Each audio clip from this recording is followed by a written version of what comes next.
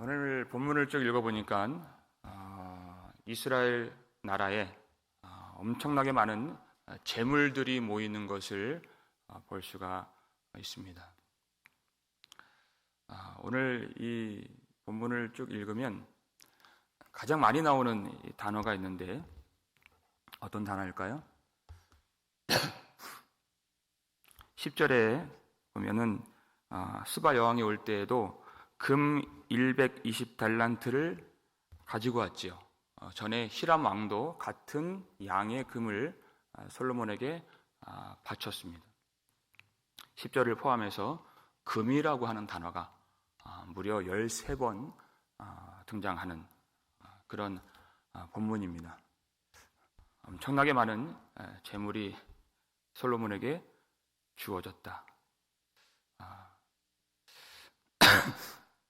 3장 13절을 보면 하나님이 솔로몬에게 약속을 해주시죠. 내게 부귀와 영화도 주리라 했습니다. 왜 이런 일이 벌어졌는가? 하나님이 약속하신 대로 그 일을 이루고 계신다는 것을 보여주시기 위해서 하나님이 주신다고 약속을 해주셨어요. 부귀와 영화도 주리라 하신 것입니다. 하나님은 주기를 원하시는 분이십니다. 하나님의 약속을 이루시는 신실하신 분이십니다. 그리고 우리에게 복 주기를 원하시는 분이십니다. 그 복 중에 하나가 재물을 얻는 능력이라고 했습니다. 신명기 8장 18절을 보실까요? 읽겠습니다. 내 하나님 여호와를 기억하라. 그가 내게 재물 얻을 능력을 주셨음이라. 이같이 하심은 내 조상들에게 맹세하신 언약을 오늘과 같이 이루려 하심이니라. 아멘. 하나님이 재물 얻는 능력을 주신다. 이건 그냥 우연히 주어진 것이 아니라 하나님이 그것을 허락해 주셨기 때문에 주신 것입니다. 근데 그 이유가 중요합니다. 왜 재물 얻을 능력을 주셨는가? 그 목적은 재물에 있는 것이 아니라, 재물을 누림에 있는 것이 아니라 내 조상들에게 맹세하신 언약을 오늘같이 이룬다는 것을 너희들에게 알게 하려고 주는 것이다 하는 것입니다. 하나님이 약속하신 것을 반드시 이루시는 분이심을 너희들에게 알게 하고 그 하나님을 바라보도록 하기 위해서 이 약속을 이행하는 것이다. 그 하나님을 알고 그 하나님을 의지하게 하려고 주는 것이다. 이것이 재물 주시는 목적인 것입니다. 그러니까 재물은 그 자체로서의 복이 아니라 그것을 주시는 하나님을 의지할 때의 복이 온전해지는 것입니다. 많은 재물을 가졌는데 하나님을 멀리한다면 그것은 결코 복이 될 수 없는 것입니다. 그 하나님이 누구신가를 아는 것, 그것이 하나님이 재물을 주신 목적인데 지금 하나님께서 솔로몬에게 이와 같은 재물을 주실 때 그의 마음이 어디로 가고 있는가를 보는 것입니다. 하나님은 약속을 이루셨는데 그는 하나님의 약속을 어떻게 생각하고 있는가를 보는 것입니다. 11절 말씀을 보실까요? 읽겠습니다. 오빌에서부터 금을 실어온 히람의 배들이 오빌에서 많은 백단목과 보석을 운반하여 오매. 그랬습니다. 솔로몬의 지혜를 들으려고 스바 여왕처럼 와서 금을 주고 향품을 주고 보물을 주는 것, 그것은 그들이 자원해서 주는 것입니다. 그런데 이와 같은 경우는 솔로몬이 그것을 넘어서 거기에다가 플러스 수단과 방법을 가리지 않고 세계 열방에 있는 재물들을 그가 끌어들여 오고 있는 그런 상황을 만든 것입니다. 그리고 14절을 볼까요? 뿐만 아니라 14절 세금을 걷는데 그 양이 나옵니다. 읽겠습니다. 솔로몬의 세금의 무게가 금 666달란트요. 그랬습니다. 엄청나게 많은 그런 세금을 그가 걷고 있다. 세금은 그 백성들의 고혈이고 혈세라고 부르는 세금입니다. 사무엘상 8장을 보면은 하나님이 이스라엘의 왕이 세워질 때 어떠한 일이 벌어질 것이다 말씀해 주셨죠. 너희들의 왕이 너희들의 아들과 너희들의 딸과 너희들의 종과 너희들의 소산물을 너희들의 토지를 빼앗아 갈 것이다. 빼앗아 갈 것이다. 세상 왕들이 하는 것처럼 그렇게 닮아갈 것이다 라고 경고하셨습니다. 지금 그 일이 그대로 벌어지고 있는 것이 엄청나게 많은 세금을 가지고 와서 그가 거두어서 무슨 일을 하는가? 16절 말씀 볼까요? 16절 읽겠습니다. 솔로몬 왕이 쳐서 느린 금으로 큰 방패 200개를 만들었으니 매 방패에 든 금이 600세겔이며 또 쳐서 느린 금으로 작은 방패 300개를 만들었으니 이렇게 됐습니다. 방패를 만들었다. 금방패를 만들었다. 여기 금방패에 든 금이 600세겔 이렇게 됐습니다.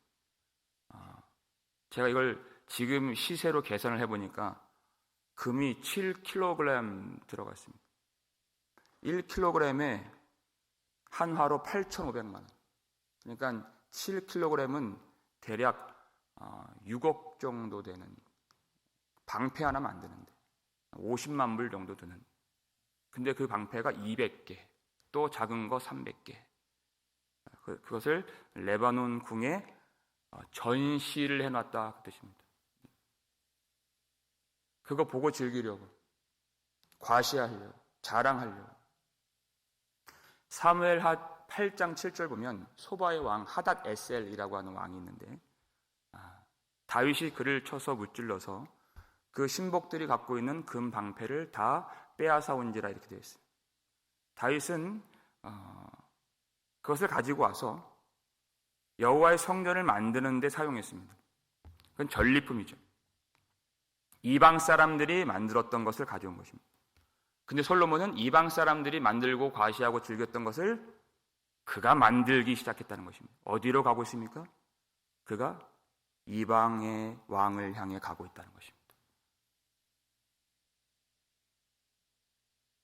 다윗은 그것을 가지고 성전을 지었는데 그는 자기를 자랑하는 것을 만들고 있습니다.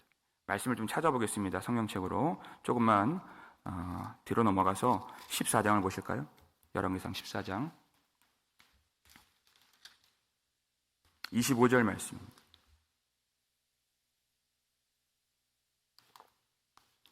14장 25절 26절 함께 읽겠습니다. 르호보암 왕 제5년에 애굽의 왕 시삭이 올라와서 예루살렘을 치고 여호와의 성전의 보물과 왕궁의 보물을 모두 빼앗고 또 솔로몬이 만든 금방패를 다 빼앗은지라. 아멘. 누가 올라왔습니까? 애굽 왕 시삭이 올라왔어요. 애굽의 힘을 의지하겠다고 바로의 딸과 결혼한 솔로몬입니다. 근데 애굽 왕이 와서 전쟁을 걸고 보물을 빼앗고 그가 만들었던 그 값비싼 그 사치품들 다 빼앗아갔어요. 르호보암은요, 그리 먼 세대 사람도 아니면 솔로몬의 아들입니다. 그 영광이, 그 부귀가, 그 자랑이 오래 가지 않는다는 것입니다. 하나님 의지하지 않고 애굽 의지하려고 정략 결혼까지 했는데 그것이 그의 지혜가, 사람을 의지함이 아무것도 지켜준 것이 없습니다. 금 방패에 과시했는데 금 방패가 막아줄 수 있는 것이 아무것도 없다는 것입니다. 그 많은 재물을 가지고 무엇을 또 했는가? 18절 말씀 보면 본문으로 돌아와서 18절 왕이 또 상아로 큰 보좌를 만들고 정금으로 입혔으니.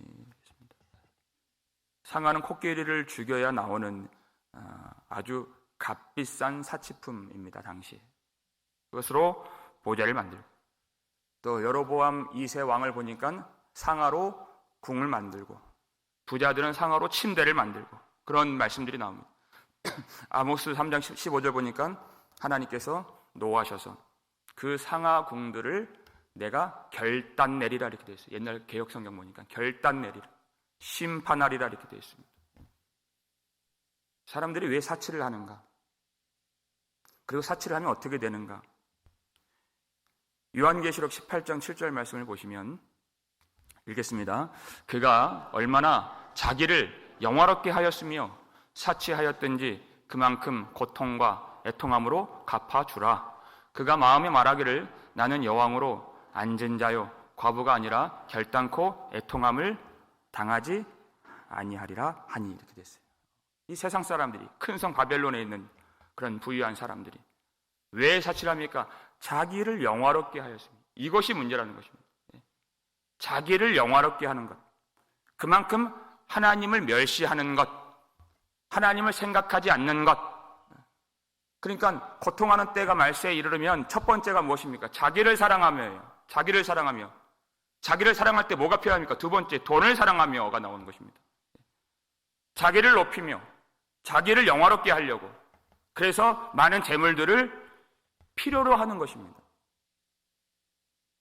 그러면서 자기는 마음에 말하기를 나는 결단코 애통함을 당하지 아니하리라 라고 자랑하고 자부하고 과신하는 그 상하궁을 하나님이 반드시 결단 내리라 하신 것처럼 사치한 만큼 그만큼이에요. 사치한 만큼 고통과 애통으로 갚아주라. 천사에게 명령 내려서 주신 것입니다. 그만큼 갚아주라. 왜? 자기를 영화롭게 했기 때문에. 지금 솔로몬이 그 길로 가고 있는 것입니다. 하나님은 이스라엘 왕이 되면 신명기 7장 17절에서 은금을 많이 쌓아두지 말라 그랬어요. 이스라엘 왕. 은금을 많이 쌓아두려고 하지 말라 그랬어요. 그 마음에 그렇게 경향성이 생기면 은금은 많이 쌓아둘지는 몰라도 하나님을 향한 신앙은 바닥이 날 것이다 하기 때문에 그 많은 재물을 가지고 그가 이제 그의 시선이 어디로 가게 되었습니까? 26절 말씀 읽겠습니다. 솔로몬이 병거와 마병을 모으매 병거가 1,400대요 마병이 12,000명이라 병거성에도 두고 예루살렘 왕에게도 두었으며, 그랬습니다. 수많은 병거를 그가 사드립니다. 그리고 마병을 사드립니다. 신명기 17장에서 하지 말라고 하는 것, 마병을 많이 얻으려고 너희 백성을 애굽으로 보내지 말라 그랬어요. 근데 그 병거와 말을 어디에서 사왔습니까? 28절 보니까 솔로몬의 말들은 어디에서요? 애굽에서 들여왔으니. 29절 애굽에서 들여온 병거는, 이렇게 되어 있습니다. 애굽에 보내지 말라 하는 그 명령, 하나님의 약속이, 하나님은 하나님이 약속하신 모든 말씀들을 신실하게 다 이루어 주셨습니다. 그래서 많은 재물을 주셨습니다. 영화를 주셨습니다. 그런데 솔로몬은 그 말씀을 정면으로 어기고 있는 것입니다. 신실하지 않은 모습으로 그가 흘러가고 있는 것입니다. 하나님이 그렇게 놀라운 복을 주시고 축복을 부어주셨는데 오히려 그것에 취해서 하나님의 말씀을 저버리고 하나님을 의지하지 않는 대로 가고 있다는 것입니다. 왜 애굽으로 가면 안 됩니까? 하나님이 그 백성들을 애굽에서 건져 주셨는데 다시 거기로 돌아간다는 것입니다. 어떻게 해서 애굽에서 건져 주셨고 어떻게 해서 우리를 하나님의 아들의 나라로 옮겨 주셨는데 하나님의 아들의 피로 말미암아 우리를 건져내 주셨는데 하나님이 복을 주시니까 하나님이 부유함을 주시니까 그 마음이 또 어디로 가요? 세상으로 가더라. 어떻게 구원을 해주셨는데 정말 애국으로 가서 병거를 사오고 말을 사오니까 어떻게 됩니까? 애국과 동화되게 되고 다시 애국의 종 노릇하게 되는 것이. 그 왕이 쳐들어오잖아요. 애국을 의지하니 그 왕이 쳐들어온다는 것이. 그래서 모든 보물, 모든 금 방패 다 애굽에 빼앗기게 된 것입니다. 하나님을 잃어버리면 모든 것을 다 잃어버리는 것입니다.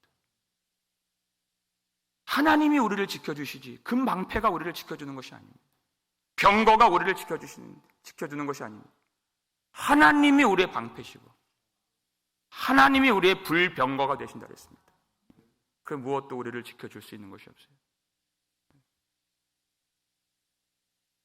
요한계시록 3장에 보면은 라오디게아 교회, 하나님이 그 7교회 중에서 가장 많은 그런 부유함을 주신 교회였습니다. 근데 그들의 마음이 하나님을 향해서 미지근하여서 뜨겁지도 아니하고 차지도 아니하니 내가 내 입에서 너희를 토하여 내리라. 정말 큰 축복을 주셨는데 다른 교회에 비해서, 그런데 그 마음이 뜨겁지도 않고 차지도 않고 내가 너를 토하여 내리라. 한 가지 살 수 있는 길을 알려주셨죠. 그러므로 열심을 내라, 회개하라 그랬어요. 회개하는 길밖에 없다는 것입니다.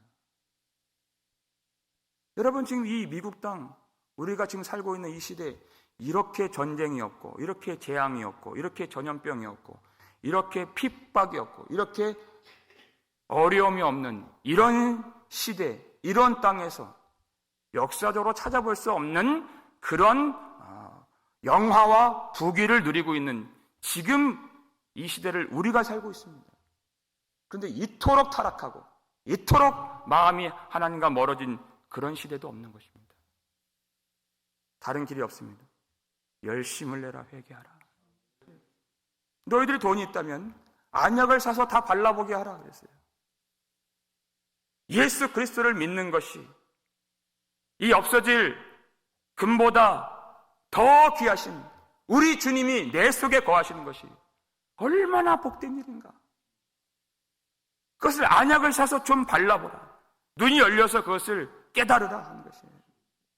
주님을 안다는 것이, 주님을 믿는다는 것이 얼마나 영광스러운 일입니다. 주님이 우리의 방패가 되시고 주님이 우리의 병거가 되시는 것을 눈이 열려서 볼 수 있기를 주의 이름으로 축원합니다. 솔로몬은 처음부터 그랬던 사람이 아닙니다. 하나님을 향한 간절한 마음이 있어서 그 아버지가 주었던 그 소원 마음에 품고 성전을 지었던, 그리고 일천번제를 드렸던 그런 사람이었습니다.